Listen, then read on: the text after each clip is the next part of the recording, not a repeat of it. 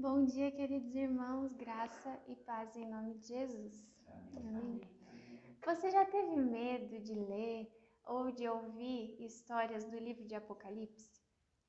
Eu lembro que quando eu era criança eu ouvia dos meus avós que a gente podia folhear toda a Bíblia ou que a gente podia deixar a nossa Bíblia aberta em qualquer livro, né? Mas que a gente não podia folhear nem ler o livro de Apocalipse, porque era um livro que tinha coisas terríveis, que falavam de coisas assustadoras, e por isso eles não deixavam a gente ler, nem abrir ali nas páginas de Apocalipse. Eu lembro de ouvir assim, você pode abrir, folhear todos os livros, mas o último livro você não mexa, você não olhe. E essa é uma realidade de muitas pessoas, né? Eu lembro que os meus avós ouviram dos pais deles isso e passaram para os filhos e também para os netos. Muitas pessoas têm muito medo desse livro, têm muitas dúvidas. Mas será que esse livro foi deixado, né, na Bíblia pelo nosso Senhor para gerar medo, para ser uma coisa, vamos dizer assim, obscura, não clara? Com certeza não. E eu quero te convidar a você abrir a sua Bíblia no livro de Apocalipse, no capítulo 6, e hoje nós vamos ler esse capítulo. Mas antes disso, eu quero te convidar a nós orarmos. Senhor, nós te agradecemos pela tua palavra. Ela diz que toda escritura, Pai, é inspirada por Deus. A tua palavra também diz que ela é viva, Senhor, que a tua palavra é vida, que ela produz vida, Senhor. E nós oramos isso nessa manhã, pedindo, Deus, que o Senhor fale conosco nesta leitura, Senhor, deste livro de Apocalipse. Em nome de Jesus. Amém. Amém. Então, a palavra Apocalipse significa revelação. E é tão contraditório um livro que tem por nome Revelação, querer encobrir as coisas, né? Na verdade, esse livro foi deixado a nós para nos dar a revelação. Revelação do quê? A revelação de quem é Jesus, né? Os evangelhos nos mostram ali, né, Jesus como Deus, Jesus como homem, como servo, mas principalmente mostram a humanidade de Jesus, como Jesus foi um ser humano como eu e como você, como ele passou pelas mesmas coisas que nós. Mas no livro de Apocalipse nós temos uma visão totalmente diferente de Jesus. Aqui nós vemos Jesus, depois de ressurreto, sendo o rei vitorioso, sendo o único digno, sendo aquele a quem foi dado o poder, o direito de realizar coisas, de permitir coisas, porque ele venceu e hoje ele está sentado à destra de Deus, à direita de Deus. E se você olhar no capítulo 1 desse livro, ele começa dizendo assim: revelação de Jesus Cristo, que Deus deu para mostrar aos seus servos as coisas que em breve devem acontecer. Então, este livro é a revelação de Jesus e ele também nos mostra as coisas que irão acontecer. João foi o autor desse livro, foi um dos discípulos de Jesus, o discípulo amado, o discípulo do amor, e aquele que Deus escolheu para mostrar essas coisas assustadoras e também maravilhosas. E João estava ali tendo aquela visão maravilhosa de Deus assentado no trono, e Deus tinha na sua mão um livro, e esse livro era todo escrito por dentro e por fora, mas esse livro também era selado com 7 selos. E então João ouviu alguém dizendo assim: quem é digno de abrir o livro? Quem pode abrir esse livro? Então a Bíblia conta que João começou a chorar muito, muito, porque não tinha ninguém que pudesse abrir aquele livro. Mas aí João ouve uma voz que dizia assim: ei João, não chora. O leão da tribo de Judá, ele foi encontrado digno e ele pode abrir este livro e desatar ali, tirar os seus selos. E então João se volta para olhar, e quando ele vê o leão da tribo de Judá, ele vê um cordeiro, como se tivesse sido morto, né? Jesus é o leão da tribo de Judá, mas ele também é o cordeiro que foi morto, né? E pagou pelos nossos pecados. E então é dada ali a Jesus, né? Ele é encontrado digno de abrir aqueles selos e de abrir aquele livro. E no capítulo 6 nós vamos falar um pouquinho sobre o poder de Jesus. Né? Esse capítulo fala sobre coisas terríveis que vão acontecer na terra. E nós vemos que Jesus é quem tem o poder de realizar essas coisas. É somente depois de uma ação ali, de uma permissão do nosso Senhor, que as coisas então acontecem. Apesar de os tempos do fim serem tempos difíceis, tempos assustadores mesmo, um tempo que a Bíblia chama de sombrio, né, de trevas, de densas trevas, esse tempo, esse período de fim, em nenhum momento saiu do controle do nosso Deus. E é isso que nós vamos ver, né, nesse livro aqui de Apocalipse, o poder de Jesus. Em primeiro lugar, nós vamos ver o poder de Jesus, nosso primeiro ponto, sobre as conquistas. Vamos ler o versículo 1 e o versículo 2. Diz assim: Vi quando o Cordeiro abriu um dos 7 selos e ouvi um dos 4 seres viventes dizendo, como se fosse voz de trombeta: Vem. Vi então, e eis um cavalo branco, e o seu cavaleiro com um arco, e foi-lhe dada uma coroa, e ele saiu vencendo para vencer.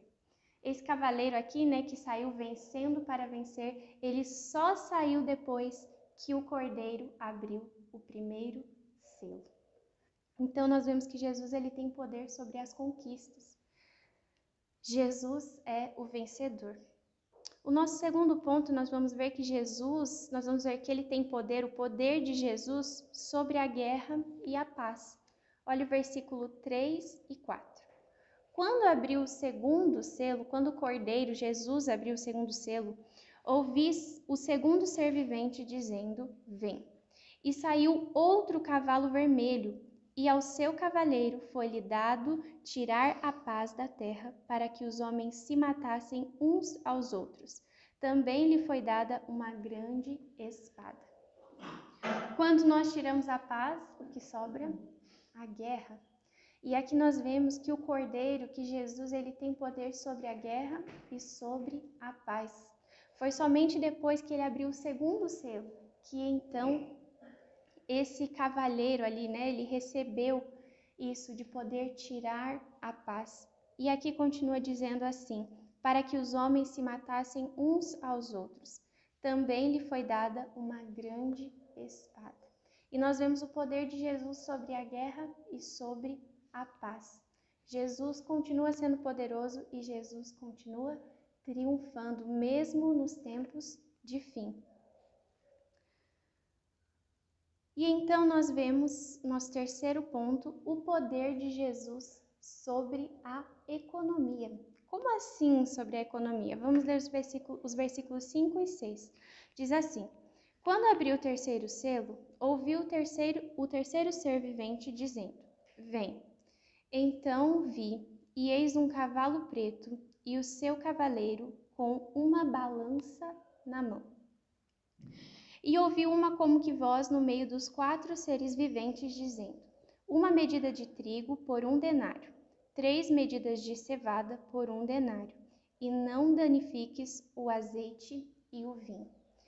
Aqui diz que esse cavaleiro, né, preto, tinha uma balança na mão. Alguns estudiosos dizem que essa cor preta fala a respeito da fome. E esses alimentos aqui, né, a cevada e o trigo, eles sempre eram medidos não com balança, mas por medida, né? O que era medido em balança eram coisas preciosas, assim, não de subsistência, né? Como o trigo e a cevada. E aqui fala a respeito da fome, né? E tem até o valor, uma medida de trigo por 1 denário. E nós vemos que o Senhor Jesus, ele também tem poder sobre a economia. Nada foge do seu controle, nada foge do domínio das suas mãos. E continua dizendo, e não danifiques o azeite e o vinho. Jesus continua tendo o controle sobre todas as coisas. Que fala sobre um tempo de fome, sobre um tempo de escassez, Mas ainda existindo esse tempo difícil, Jesus continua no controle de todas as coisas. Ele continua sendo soberano, e esse cavalo aqui, né, que diz esse cavalo preto, e o seu cavaleiro com uma balança na mão, ele também só saiu depois que o cordeiro abriu o terceiro selo. Nada acontece sem a permissão do Senhor. Nada acontece. E mesmo sendo um tempo de juízo, um tempo do Senhor pesar a mão dele sobre a terra, nós vemos o basta do Senhor, dizendo: até aqui você vai, mas além daqui, não. Nesta palavra que diz: e não danifiques o azeite e o vinho. O Senhor tem controle sobre todas as coisas. Amém. Nós vemos também o poder de Jesus sobre a morte e o inferno. Porque Jesus triunfou, né, sobre a morte, Jesus triunfou sobre o inferno, quando ele morreu ali na cruz, quando ele derramou o seu sangue. E nós vamos ler os versículos 7 e 8. Diz assim: quando o cordeiro abriu o quarto selo, ouvi a voz do quarto ser vivente, dizendo: vem. E olhei, e eis um cavalo amarelo e o seu cavaleiro, sendo este chamado Morte. E o inferno estava seguindo. E foi-lhes dada autoridade sobre a quarta parte da terra para matar a espada, pela fome, com a mortandade e por meio das feras da terra. Que nós vemos, né, esse cavaleiro que é a morte, e ia seguindo ele também o inferno. E foi dado a ele a autoridade sobre a quarta parte da terra. Até mesmo a morte e o inferno, eles não podem fazer nada sem a permissão do Senhor. Certa vez eu estava lendo um livro e o escritor do livro, ele inventou um termo, criou um termo. Ele disse assim, que existem as ratoeiras, todos sabem, né, o que são ratoeiras? É aquele instrumento que a gente usa para pegar os ratos, né? E existem as sataneiras de Deus. E ele fala sobre isso para explicar que até mesmo Satanás trabalha para Deus e que até mesmo Satanás não pode fazer nada sem a permissão do nosso Deus. Aqui a morte, né, e o inferno recebeu essa autoridade sobre a quarta parte da terra, mas eles, por eles mesmos, não poderiam fazer nada se Deus não tivesse permitido. Então, até mesmo a morte e o inferno estão debaixo do poder e da autoridade de Jesus. E então nós vemos a autoridade, o poder de Jesus sobre a igreja. Nesse tempo de fim, a igreja continua sendo o corpo de Cristo, continua sendo o povo escolhido por Deus, o povo que é guardado, o povo que é mantido seguro nas mãos de Deus. E nós vamos ler os versículos 9, 10 e 11. Diz assim: quando ele abriu o quinto selo, vi debaixo do altar as almas daqueles que tinham sido mortos por causa da palavra de Deus e por causa do testemunho que sustentavam. Clamaram em grande voz, dizendo: até quando, ó soberano Senhor, santo e verdadeiro, não julgas nem vingas o nosso sangue dos que habitam sobre a terra? Então a cada um deles foi dada uma vestidura branca, e lhes disseram que repousassem ainda por pouco tempo, até que também se completasse o número dos seus conservos e seus irmãos, que iam ser mortos, como igualmente eles foram. Então aqui nós vemos que Jesus ele tem poder sobre a igreja. Aqui, né, alguns já haviam sido mortos por causa do testemunho, como diz aqui, por causa do testemunho que sustentavam. E hoje no mundo nós vemos essa mesma realidade. Quantos cristãos morrendo, perdendo as suas vidas, sendo mortos pelo governo, muitas vezes pela família, por causa do testemunho que sustentam. E parece que esses homens estão entregues nas mãos dos seus opressores. Mas a verdade não é essa. A verdade é que Jesus, ele mantém o controle de todas as coisas. E aqui foi dito a eles: ei, aguarda mais um pouco, porque ainda tem mais alguns que vão morrer assim como vocês morreram. mas Jesus continua no controle de todas as coisas. Jesus continua sendo soberano sobre a sua igreja. Mesmo nesse tempo difícil, de fome, de guerra, de não ter paz, Jesus continua guardando. E Jesus tem não somente aqui o número de cristãos, né, que seriam mortos dessa maneira, mas a Bíblia diz que o Senhor Jesus tem todos os cabelos da nossa cabeça contados. E também diz que nenhuma folha cai da árvore sem o consentimento do Senhor. E nesse tempo de fim, o Senhor Jesus continua sendo o mesmo. Ele continua tendo controle sobre as suas mãos e nada foge do controle do Senhor, nada acontece sem a permissão do Senhor. E para finalizar, nós vamos ver o poder de Jesus sobre a criação e os poderosos da terra. Né? Se os homens poderosos, grandes reis, né? Homens cheios de autoridade, acham que mandam, que dominam, a verdade é que não. Eles apenas agem de acordo com aquilo que lhes é permitido fazer por Deus. E nós vamos ler o versículo 12 até o versículo 17. Vi quando o cordeiro abriu o sexto selo e sobreveio grande terremoto. O sol se tornou negro como saco de crina, a lua toda como sangue. As estrelas do céu caíram pela terra, como a figueira quando abalada por vento forte deixa cair os seus figos verdes. E o céu recolheu-se como um pergaminho quando se enrola. Então todos os montes e ilhas foram movidos do seu lugar. Os reis da terra, os grandes, os comandantes, os ricos, os poderosos, e todo escravo e todo livre se esconderam nas cavernas e nos penhascos dos montes. E disseram aos montes e aos rochedos: Cai sobre nós e escondei-nos da face daquele que se assenta no trono e da ira do Cordeiro. Porque chegou o grande dia da ira deles. E quem é que pode suster-se? Aqui nós vemos o poder de Jesus sobre a criação. Ele é o verbo, né? A palavra diz que nada do que foi feito teria sido feito se não fosse pelo seu intermédio. Nós vemos um grande terremoto, o sol sendo abalado, as estrelas, os astros. Nós vemos os poderes do espaço, né? Do universo sendo abalado. Mas tudo isso só aconteceu depois que o Cordeiro abriu o sexto selo. Depois que o Cordeiro deu a permissão para que essas coisas acontecessem. E também sobre os reis. Olha só que interessante que diz aqui. Os reis da terra, os grandes, os comandantes, os ricos, os poderosos e também todo escravo e todo livre se esconderam nas cavernas e nos penhascos dos montes e eles disseram: caiam sobre nós, porque a ira do Cordeiro e de Deus que se assenta no trono está sobre nós, porque chegou o grande dia da ira deles.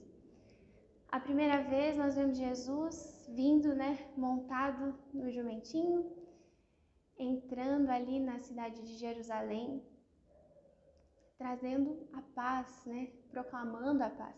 O povo esperava uma revolução política, esperava um rei que fosse governá-los com força, mas Jesus vem ali humilde, montado sobre um jumentinho e trazendo a paz. Quando uma mulher foi pega em adultério, Jesus, que tinha autoridade para condená-la, disse assim: quem não tem pecado, atire a primeira pedra. Então, aqueles homens, do mais velho até o mais novo, foram deixando as pedras e se retirando, e só Jesus ficou ali. E Jesus pergunta para ela: onde é que estão os teus condenadores, aqueles que te acusavam? E nenhum deles tinha ficado ali. E Jesus, que podia, que tinha autoridade para acusar aquela mulher e para condenar aquela mulher, diz assim: nem contudo eu te condeno. E Jesus diz: vai e não peques mais. Mas agora, aqui em Apocalipse, nós vemos que esse tempo de graça é chegado ao fim. E que Jesus vem a segunda vez com ira. Com ira contra o quê? Contra quem? Contra o pecado e contra os pecadores, aqueles que não se esconderam debaixo de Cristo, que não foram até Cristo para receber a salvação e o perdão dos pecados. E aqui diz: e quem é que pode suster-se? Quem é que pode fugir desse dia? Quem é que pode fugir desse Deus, da ira desse Deus? A única maneira de nós estarmos livres da ira é se nós nos escondermos debaixo das asas da graça de Deus. E essa graça, ela tem um nome, essa graça tem uma obra, e essa graça ela está disponível para mim e para você hoje. O doador dessa graça é o Senhor Jesus. E a única maneira de nós estarmos livres, de neste dia que nós estarmos seguros, é se nós estarmos debaixo da proteção daquele que tem o poder em suas mãos. E mesmo aqui, vendo essas coisas terríveis acontecendo, talvez você possa pensar, nossa, mas como Jesus sendo tão bom, Jesus que era humilde, que era manso, ele está permitindo, está abrindo esses selos e está permitindo que tenha fome, que tenha guerra. Nossa, como assim? Ele está permitindo todas essas coisas porque ele é bom. E todas essas coisas aqui acontecendo têm por objetivo que as pessoas se arrependam e voltem os seus olhos para Deus. Mas, infelizmente, se nós continuarmos lendo, nós vemos que isso não foi o que aconteceu. Mas quando essas coisas ruins aconteciam, em vez das pessoas se voltarem para Deus, voltarem os seus olhos para Deus, elas ficavam com mais raiva e se voltavam cada vez mais contra Deus. Então, meu irmão, eu desde criança ouvindo, isso que eu contei no começo dos meus avós, tinha muito medo de Apocalipse e na minha mente, assim, uma coisa muito errada, mas parecia que Jesus tinha perdido o controle das coisas e que tudo começava a acontecer, assim, várias coisas ruins e que parecia um tempo, assim, que o mal prosperava. Mas a verdade não é essa. A verdade é que Jesus tem o controle, ele tem o domínio até mesmo sobre esses tempos de fim. E que eu e você precisamos estar debaixo da proteção de Jesus. E ele disse assim, que estaria conosco todos os dias até o fim. E a palavra dele continua sendo verdade, independente das circunstâncias que nos cercam. Ele disse que nada nos faltaria, nada nos faltaria. Ele disse para os seus discípulos, não se preocupem com o que comer, com o que beber, com o que vestir. Aqui nós lemos sobre um tempo de fome, mas nós também temos a palavra do Senhor que nos garante que nada nos faltará. Por mais que haja guerras do lado de fora, nós temos a palavra do Senhor que nos diz que Ele é o príncipe da paz, que o príncipe da paz habita em nós, que nós habitamos à sombra do Onipotente, do Deus Todo-Poderoso, e que esse Deus Todo-Poderoso habita em nós, Ele mora em nós. Então, querido irmão, que essa palavra, com certeza, trouxe esperança para o seu coração, como trouxe para o meu, porque é a palavra de Deus. E que em nome de Jesus não haja nenhum temor no nosso coração quanto aos tempos de fim, mas que em nome de Jesus a gente tenha sempre essa segurança e essa certeza de que Jesus é poderoso, de que nada acontece sem o seu consentimento, sem a sua permissão, e de que nós estamos guardados nas mãos desse Deus. Amém? Amém.